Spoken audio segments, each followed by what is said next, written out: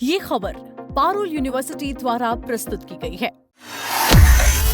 खबर दिल्ली से है, जिसके बाद सवाल है, क्या कोई नवविवाहिता शादी की पार्टी देने के कुछ ही घंटों बाद अपनी जान दे सकती है? अगर ये आत्महत्या है तो परिवार हत्या का आरोप क्यों लगा रहा है? और आखिर घर से करीब 10 किलोमीटर दूर मिला शव इस पूरे मामले को और क्या रहस्यमयी बना रहा है? दिल्ली से एक ऐसी खबर सामने आई है जिसने कई सवाल खड़े कर दिए हैं। महज 2 महीने पहले शादी करने वाली 28 साल की आकृति की संदिग्ध परिस्थितियों में मौत हो गई है। पुलिस तो शुरुआती जांच में इसे आत्महत्या का मामला मानकर सभी पहलुओं की जांच कर रही है, लेकिन मृतका का परिवार इसे हत्या बता रहा है। अब इस केस की हर छोटी बड़ी कड़ी जांच के दायरे में है।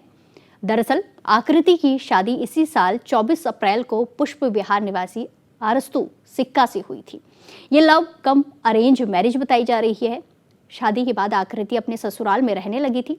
वो आर्थिक रूप से आत्मनिर्भर थी और छतरपुर स्थित एक निजी कंपनी में सेल्स टीम में काम करती थी। रोज की तरह वो मेट्रो से ऑफिस आती जाती थी और परिवार के मुताबिक उसका वैवाहिक जीवन अभी शुरुआती दौर में था। पुलिस के अनुसार शनिवार शाम करीब 6 बजे आकृति ने अपनी मां से फोन पर बात की। इसके बाद करीब 6:40 पर उसने दोबारा कॉल कर बताया कि वो साकेत पहुंच गई है। इसके बाद अचानक उसका संपर्क टूट जाता है। कुछ देर बाद पति ने आकृति के भाई को फोन कर बताया कि वो घर नहीं पहुंची है। परिवार उसकी तलाश में जुट गया कि रात करीब 9 बजे लोधी कॉलोनी थाना पुलिस का फोन आया। पुलिस ने बताया कि पालिका कुंज इलाके में एक महिला का शव मिला है और उसकी पहचान आकृति के रूप में हुई है। इस सबसे चौंकाने वाली बात यह है कि आकृति का शव उसके घर से करीब 10 किलोमीटर दूर एनडीएमसी के पालिका कुंज फ्लैट्स परिसर में मिला। जांच के दौरान उसका मोबाइल फोन, पर्स और चप्पल तीसरी मंजिल की छत पर मिले।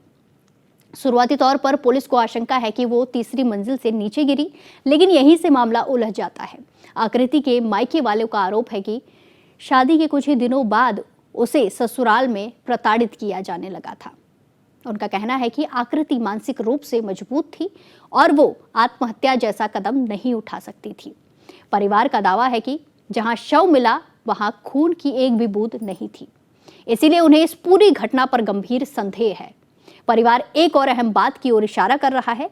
उनके मुताबिक जिस दिन आकृति की मौत हुई उसी दिन उसने अपने ऑफिस के कलीग्स को शादी की पार्टी दी थी।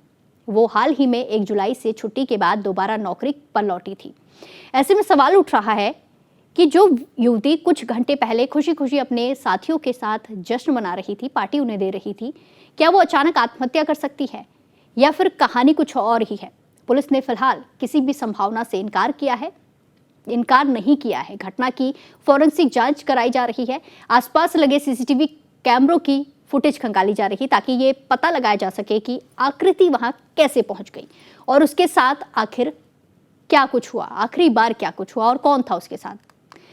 अधिकारियों का कहना है कि पोस्टमार्टम रिपोर्ट और फॉरेंसिक जांच इस मामले में बेहद ज्यादा महत्वपूर्ण साबित होगी। इसी आधार पर आगे की कानूनी कार्रवाई की जाएगी।